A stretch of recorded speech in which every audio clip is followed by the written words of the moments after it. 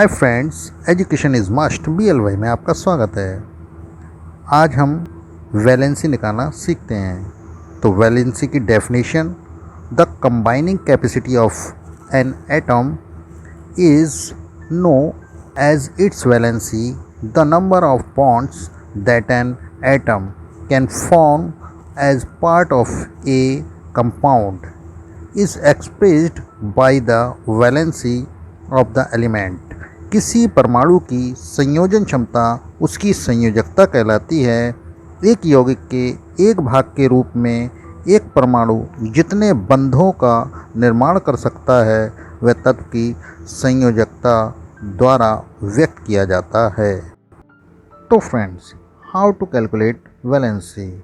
यहाँ हमने 3 एलिमेंट्स लिए हैं: ऑक्सीजन, सोडियम, क्लोरीन।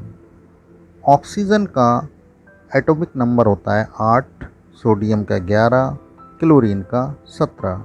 अगर आपको एटॉमिक नंबर याद है तो आप इलेक्ट्रॉनिक विन्यास कर पाएंगे और साथ ही वैलेंसी भी कर पाएंगे।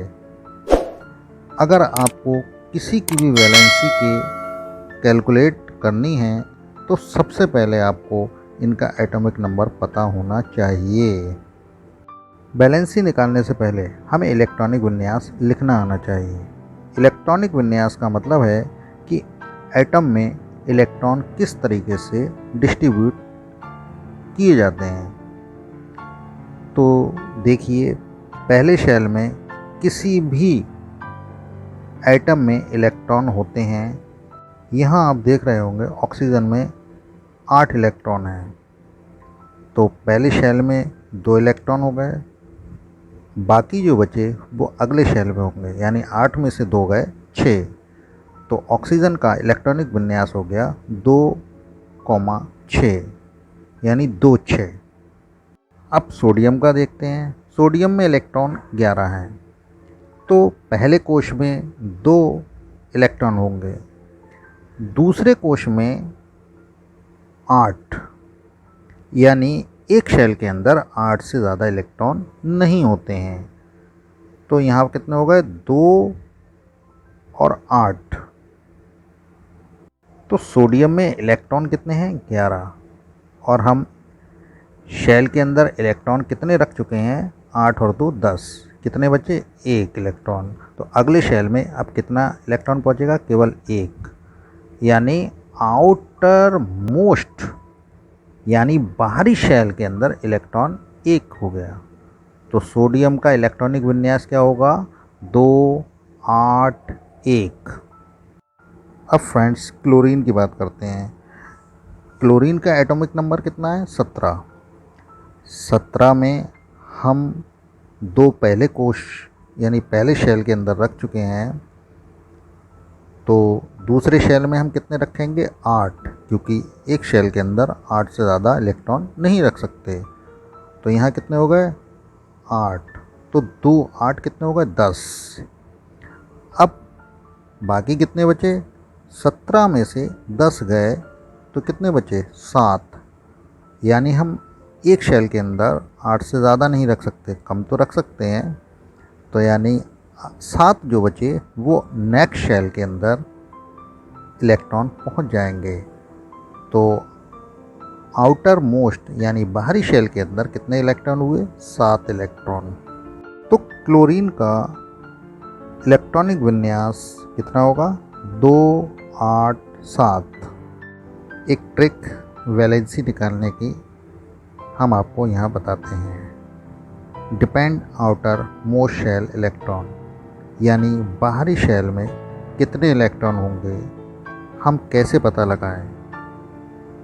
यदि बाहरी शेल में 1 2 3 या 4 इलेक्ट्रॉन हैं तो हम डायरेक्ट वैलेंसी उतनी ही लिख देंगे। अगर 1 लास्ट में है तो 1 लिख देंगे, 2 है तो 2 लिख देंगे, 3 है तो 3 लिख देंगे और 4 है तो 4 लिख देंगे।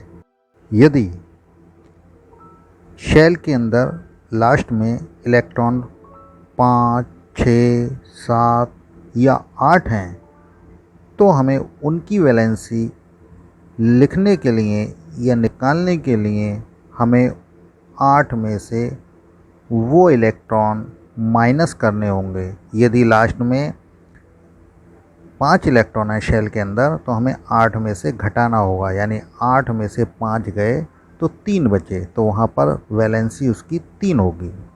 ऐसे ही 6 को घटाएंगे, 7 को घटाएंगे, 8 को घटाएंगे, तभी हम उसकी वैलेंसी निकाल सकते हैं। तो फ्रेंड्स, यहाँ हम ऑक्सीजन की वैलेंसी निकालना सीखते हैं। ऑक्सीजन के इलेक्ट्रॉनिक विन्यास 2 और 6 हैं, तो लास्ट कोश में कितने हैं? 6 इलेक्ट्रॉन। हम ट्रिक बता चुके हैं कि अगर 5, 6, 7, 8 हैं तो उसे 8 में से घटा दिया जाएगा। तो यहाँ हम 8 में से 6 घटा देंगे तो इसकी वैलेंसी कितनी बची? 2। तो ऑक्सीजन की वैलेंसी कितनी होगी? 2। अब सोडियम की देखते हैं। सोडियम की वैलेंसी निकालने के लिए हमें उसके इलेक्ट्रॉनिक विन्यास देखने होंगे। इलेक्ट्रॉनिक विन्यास है 2, 8, 1, यानी लास्ट सेल के अंदर कितने इलेक्ट्रॉन है? 1। तो हम पहली ट्रिक अपनाएंगे, 1, 2, 3, 4। अगर इलेक्ट्रॉन है तो हम डायरेक्ट उसकी वैलेंसी उतनी ही लिख देंगे। तो सोडियम की वैलेंसी कितनी होगी? 1। लास्ट में क्लोरीन। क्लोरीन के इलेक्ट्रॉनिक विन्यास हैं 2, 8, 7। तो लास्ट सेल के अंदर कितने इलेक्ट्रॉन है? 7। तो हमारी दूसरी ट्रिक काम आएगी जिसमें 5, 6, 7, 8, यदि लास्ट शेल के अंदर इलेक्ट्रॉन हैं तो हम उनको 8 में से माइनस कर देंगे। तो यहाँ 7 को 8 में से माइनस कर देंगे तो 8 में से 7 गए, 1 इलेक्ट्रॉन बचा, तो क्लोरीन की वैलेंसी 1 होगी। यहाँ मैंने कुछ एलिमेंट्स की वैलेंसी निकाल करके दी हैं। आप भी स्वयं